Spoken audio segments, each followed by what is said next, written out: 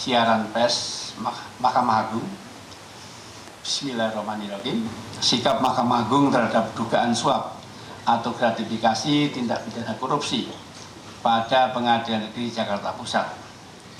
Jakarta, Humas MA, 14 April 2025, menyikapi rilis pers penyidik tindak pidana khusus Kejaksaan Agung RI pada hari Sabtu tanggal 12 April dan Minggu 13 April 2025 terkait dugaan tindak pidana suap atau gratifikasi dalam penanganan perkara CPO di Pengadilan Tipikor pada Pengadilan Negeri Jakarta Pusat. Mahkamah Agung menyampaikan hal-hal sebagai berikut.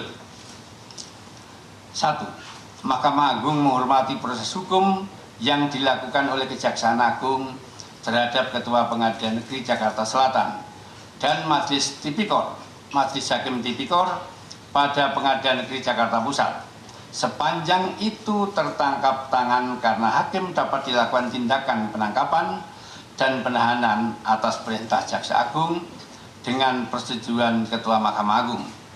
Pasal 26 Undang-Undang Nomor 2 Tahun 1986. Kita semua wajib menghormati asas praduga tidak bersalah selama proses hukum berlangsung. Hakim dan panitera yang telah ditetapkan sebagai tersangka dan dilakukan penahanan akan diberhentikan sementara jika telah ada putusan yang berkekuatan hukum tetap, akan diberhentikan tetap. Perkara CPO di Pengadilan Tipikor pada Pengadilan Negeri Jakarta Pusat adalah terkait dengan 3 perkara yang masing-masing terregister pada tanggal 22 Maret 2024 dalam perkara nomor 39441 Pitsus TPK-2024 PN Jakarta Pusat dengan terdakwa korporasi yang tergabung dalam Permata Hijau Group, Wilmar Group, dan Musim Mas Group. Perkara tersebut ditangani oleh majelis yang sama dan telah diputus pada tanggal 19 Maret 2025 dan pada tanggal 27 Maret 2025 penuntut umum telah mengajukan kasasi.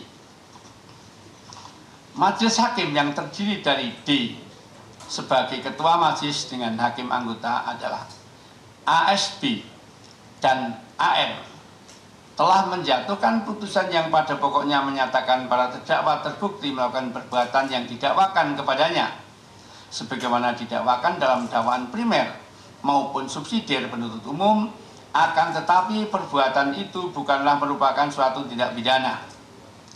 Untuk itu para terdakwa dilepas dari segala tuntutan hukum. 6. Putusan Pengadilan Tipikor pada Pengadilan Negeri Jakarta Pusat tersebut belum berkekuatan hukum tetap karena penuntut umum telah mengajukan upaya hukum kasasi pada tanggal 27 Maret 2025 setelah berkas kasasi lengkap. Pengadilan Tipikor pada Pengadilan Negeri Jakarta Pusat akan segera mengirimkan berkas kasasi ke Mahkamah Agung secara elektronik. Mahkamah Agung sangat prihatin atas peristiwa yang terus mendera dunia peradilan di saat Mahkamah Agung sedang berbenah dan melakukan perubahan dalam mengelola dan menjalankan peradilan untuk mewujudkan peradilan yang bersih dan profesional.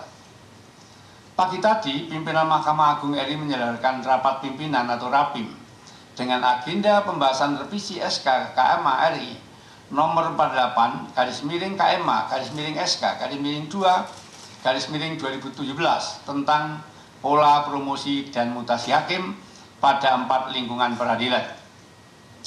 Badan Pengawasan Mahkamah Agung telah membentuk satuan khusus, tugas khusus Satgasus untuk melakukan evaluasi secara menyeluruh terhadap kedisiplinan, kinerja, dan kepatuhan hakim dan aparatur terhadap kode etik dan pedoman perilaku pada 4 lingkungan peradilan di wilayah hukum DKI Jakarta.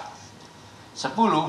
Mahkamah Agung segera menerapkan aplikasi penunjukan majelis hakim secara robotik smart majelis pada pengadilan tingkat pertama dan tingkat banding sebagaimana telah ditetapkan di Mahkamah Agung untuk meminimalisir terjadinya potensi judicial corruption.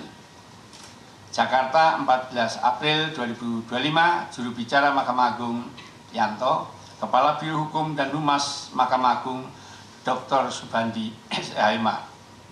Ya, ini tadi rapim, hasil rapim yang saya bacakan ya. Demikian ya. Silakan. Baik. Kita sudah mendengar apa siaran pers dari Mahkamah Agung. Ada 10 poin disampaikan tadi oleh Yang Mulia Profesor Yanto, dan ini merupakan hasil dari rapat pimpinan apa yang disampaikan oleh juru bicara tadi. Barangkali ada pendalaman pertanyaan, kami beri kesempatan kepada rekan-rekan media untuk disampaikan. Satu, baju merah di belakang, nanti sebutkan nama, asal media. Kemudian kedua mbaknya ya, baju hijau. Oke, yang ketiga cukup dua penanya. Oke, silakan, ada mic-nya. Oke, silakan. Ya, selamat siang. Nama saya Iman dari TV One. Mungkin ada beberapa pertanyaan, saya langsung tanyakan saja ya Pak. Ya. Yang pertama, apakah nantinya MA akan menggandeng Komisi Yudisial untuk proses etik para hakim? Kemudian juga apakah mengenai putusan yang telah dilakukan oleh hakim-hakim tersebut, apakah nanti akan ditinjau kembali, meninjau ulang putusan lepas yang diduga ini juga dipengaruhi suap dalam kasus ini? Dan kemudian juga yang terakhir, apa pesan MA untuk publik mengenai integritas lembaga peradilan pasca kasus ini? Mungkin itu saja Pak, terima kasih. Mau langsung dijawab atau satu tanggung lagi? Oke, pesan publik.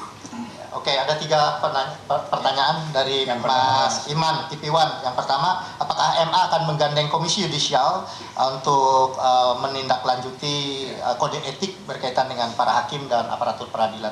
Ya, oleh karena itu sudah proses hukum, ya tentunya kita tinggal putusan saja, 3 tahun tunggal. Kalau itu terbukti ya berarti sudah melanggar etik dan dengan sendirinya melanggar hukum, ya. Karena ini kan sudah proses hukum, sudah disidik, ya kita tunggu proses persidangan. Kalau itu terbukti ya sudah, dengan terbuktinya proses hukum ya kode etik sudah dilanggar. Yang kedua, Mas. Kemudian apakah putusan akan ditinjau ulang karena diduga ada suap gitu ya? Jaksa penuntut umum mengajukan kasasi ke Mahkamah Agung, ya tentunya akan diadili di tingkat kasasi oleh Majelis Hakim Kasasi nantinya, ya. Yang ketiga, bagaimana pesan Mahkamah Agung untuk publik berkaitan dengan integritas Mahkamah Agung, ya, hakim dan aparatur ini? Berkali-kali pimpinan Mahkamah Agung ya, intinya Yang Mulia Pak Sunarto berkali-kali intinya selalu mengingatkan untuk tidak transaksional dan memberi contoh untuk hidup sederhana, ya toh. Beliau juga kalau ke daerah nggak mau lagi disediain VIP room, kemudian kalau kunjungan dekat selalu dia rombongan pakai AS, ya toh. Untuk mengurangi juga pengawalan dan sebagainya.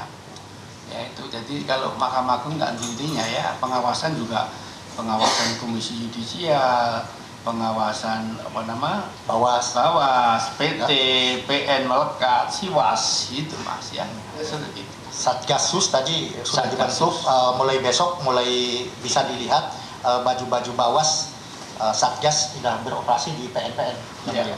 Oke, itu tambahan. Kemudian Mbak, silakan sebutkan nama dan asal.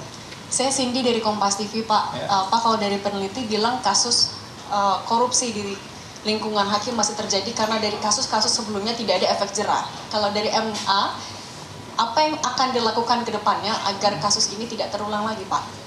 Sekaligus juga tadi, untuk memastikan kepercayaan publik kepada hakim juga tidak turun. Itu aja yang mulia. Ya. Yang dilakukan ke depan ya sebetulnya kalau dari tadi ditanyakan dari segi pengawasan, kita punya 5 pengawasan kan, mulai di KY, Bawas, Polpus ke depan KPT, kemudian pengawasan melekat oleh ketuanya, kemudian Siwas itu masyarakat juga ya. Artinya kalau dari semuanya begitu tepatnya ya. Cuman berkali-kali juga setiap pembinaan selalu ketua menekankan untuk tidak transaksional ya, atau untuk hidup sederhana, itu berkali-kali disampaikan Pak. Nah, kedepannya tadi juga penunjukan majelis dilakukan secara robotik. Ya, smart majelis. Smart majelis ya. Ini kalau di MA udah mulai ya, udah dimulai smart, jadi udah mesin yang menentukan. Tapi ini ternyata tadi dari Rapim untuk akan diberlakukan seluruh Indonesia melalui robotik smart majelis. Ya. Oke, tambahan dari saya bahwa tadi sudah disampaikan oleh Yang Mulia Juru Bicara, ada 10 poin. Di situ memang kita berusaha menekankan integritas dan kepercayaan publik untuk memberikan kepercayaan publik. Di antaranya adalah mengenai pola promosi dan mutasi kita akan perbaiki. Bahkan akan ada evaluasi secara menyeluruh ke hakim dan aparatur pengadilan di tingkat di wilayah PT DKI dan pengadilan agama juga ya. Jadi ini poin-poin tadi sudah sampaikan, hanya menekankan saja. Ada lagi pertanyaan? Masih kita buka, Yang Mulia? Ya, satu lagi karena ada Rapim, ada rapat ini saya. Ada rapat. Oke, Mas itu pegang handphonenya, pegang mic. Oke, silakan. Saya Ridwan Pak dari Jawa Pos Pak. Siapa? Ridwan dari Jawa Pos. Ridwan. Ini kan salah satu tersangkanya kan Ketua PN Jaksel ya Pak. Apakah Mahkamah Agung sudah menunjuk penggantinya Pak dari tersangka MAN itu? Dan kemudian para tersangka ini kan adalah hakim Pak dan berpotensi juga akan mengajukan pra peradilan ya Pak. Nah, apakah MA juga menyikapi agar tidak terjadi konflik kepentingan dari pra peradilan nanti Pak? Ya, terima kasih. Ya. Kalau pengganti ya karena ada wakil kan, sementara wakil biasanya kan itu ada Rapim atau DPM ya, nunggu Rapim DPM, dari pimpinan pengadilan itu ketua dan wakil. Dalam ketua beralangan, wakilnya yang melaksanakan tugas ya. Kemudian tadi Mas Mengenai peradilan. peradilan. Ya, kalau peradilan kan haknya setiap orang ya, apakah nanti kabul atau tidak ya nanti kan proses persidangan di pembuktian ya. Ya, satu lagi. Tadi itu silakan Mas, mic-nya.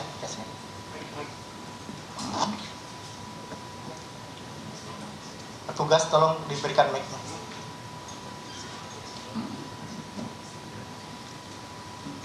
Ya Pak, perkenalkan saya Ansari dari bisnis.com. Izin bertanya terkait upaya MA meminimalisir korupsi di judisial melalui penunjukan hakim dengan sistem robotik. Nah itu mungkin boleh dielaborasi lagi bagaimana proses penunjukan hakimnya. Terus kapan bakal diterapin ke seluruh PN? Sama terakhir, kapan tadi pemberhentian sementara dari 3 hakim yang terjerat kasus ekspor migor ini? Terima kasih. Mas, diterangkan oleh kapan? Dan kita bangun dulu. Oh ya. Jadi robotik tadi kan baru hasil Rapim tadi ya. Kalau Mahkamah Agung kan sudah. Tadi hasil Rapim itu akan dipersiapkan dulu alatnya. Ya segera dilaksanakan. Nah, terus kemudian apa tadi? Dinonaktifkan. Ya sejak begitu mendapat surat dimulainya penyidikan perintah penetapan tersangka. Ya.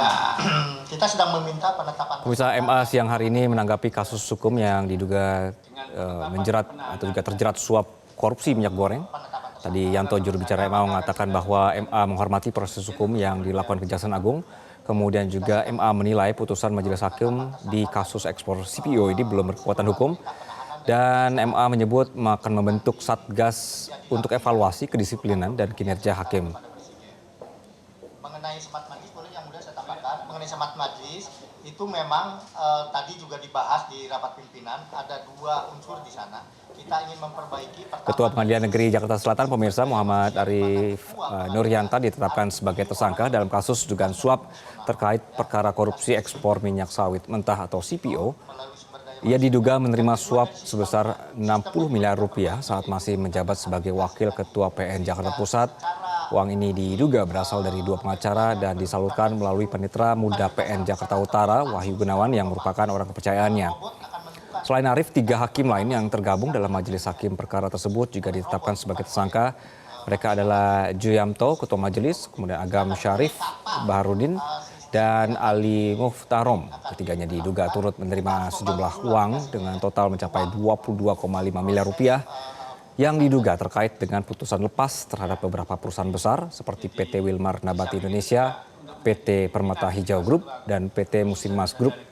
Putusan tersebut membuat perusahaan-perusahaan tersebut bebas dari tuntutan yang diduga menyebabkan kerugian negara dalam jumlah besar. Saat ini Kejaksaan Agung juga masih mendalami aliran dana dan kemungkinan keterlibatan pihak lain dalam perkaranya. Ya, baik. Ya. Mbak, siapa itu? Satu lagi. Demikianlah Breaking News Metro TV, kami akan kembali usai jeda.